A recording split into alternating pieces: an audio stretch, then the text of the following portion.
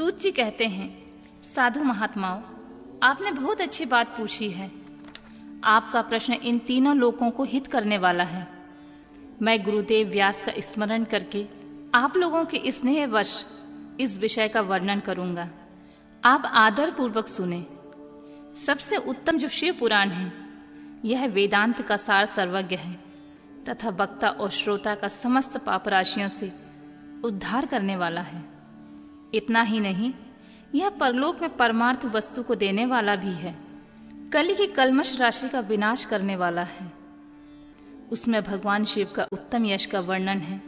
ब्राह्मणों, धर्म, अर्थ, काम और मोक्ष, इन चारों पुरुषार्थों को देने वाला वह पुराण सदा से ही अपने प्रभाव की दृष्टि से या विस्तार को प्राप्त हो रहा है। उस सर्वोत्तम शिव पुराण के अध्ययन मात्र से वे कलयुग के पाप सक्त जीव श्रेष्ठम गति को प्राप्त हो जाएंगे। कलयुग के महान उत्पात तभी तक जगत में निर्भय होकर विचरेंगे जब तक यहाँ शिव पुराण का उदय नहीं होगा। इसे वेद के तुल्य माना गया है। इस वेद कल्प पुराण का पहले भगवान शिव ने ही प्रणयन किया था। विद्येश्वर संहिता, रुद्र संहिता, विनायक संहिता, उमा संहिता, मातृ संहिता, एकादश रुद्र संहिता, कैलाश संहिता, शतरुद्र संहिता, कोटि रुद्र संहिता, सहस्त्र कोटि रुद्र संहिता, वायव्य संहिता तथा धर्म संहिता, इस प्रकार पुराण के 12 भेद या खंड हैं। ये 12 संहिता अत्यंत पुण्यमयी मानी गई हैं। ब्राह्मणों, अब मैं उनके श्लोक की संख्या बता रहा हूँ। आप लोग यह आदरपूर्वक सुने। विदेश्वर संहिता में 10,000 श्लोक हैं। रुद्र संहिता, विनायक संहिता, उमा संहिता और मातृ संहिता, इनमें प्रत्येक में 8-8 हजार श्लोक हैं। ब्राह्मणों, एकादश रुद्र संहिता में 13,000, कैलाश संहिता में 6,000, शतरुद्र संहिता में 3,000, कोटि रुद्र संहिता में 9,000, सहस्त्र कोटि संहिता में 11,000, वायव्य संहिता में 4,000 और धर्म संहिता में 12,000 श्लोक हैं। इस प्रकार मूल शिव पुराण की श्लोक संख्या 1,00,000 है, परंतु व्यास जी ने उसे 24,000 श्लोकों में संक्षिप्त कर दिया है।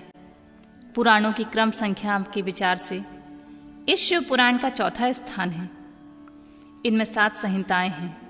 पूर्व काल में भगवान शिव ने श्लोक संख्या की दृष्टि से 100 करोड़ श्लोकों का एक ही पुराण ग्रंथ ग्रथित किया था। सृष्टि के आदि से निर्मित हुआ वह पुराण साहित्य अत्यंत विस्तृत था। फिर द्वापर आदि युगों में व्यास आदि महर्षियों ने जब पुराण का 18 भागों में विभाजित कर दिया, उस समय संपूर्ण पुराण का संक्षिप्त स्वरूप केवल 4 लाख श्लोकों में ही रह गया।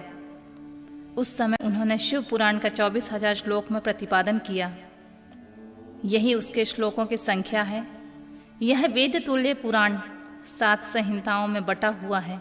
इसकी पहली संहिता का नाम विद्येश्वर संहिता, दूसरी रुद्र संहिता समझनी चाहिए, तीसरी का नाम शतरुद्र संहिता, चौथी का कोटि रुद्र संहिता, 5वीं का उमा संहिता, 6ठी का कैलाश संहिता और 7वीं का नाम वायव्य संहिता है।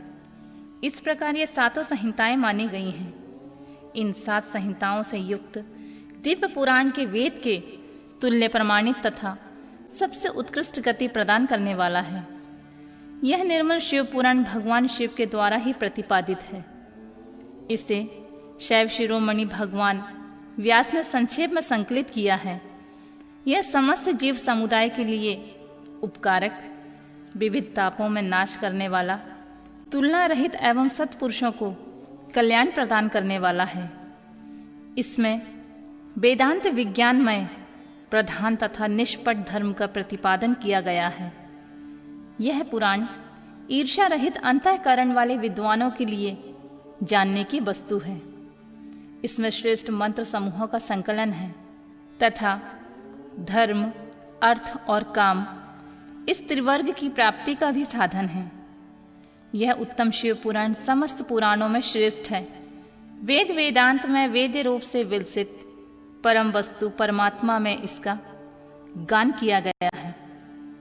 जो बड़े आदर से इसे पढ़ता और सुनता है, यह भगवान शिव का प्रिय होकर परम गति को प्राप्त कर लेता है।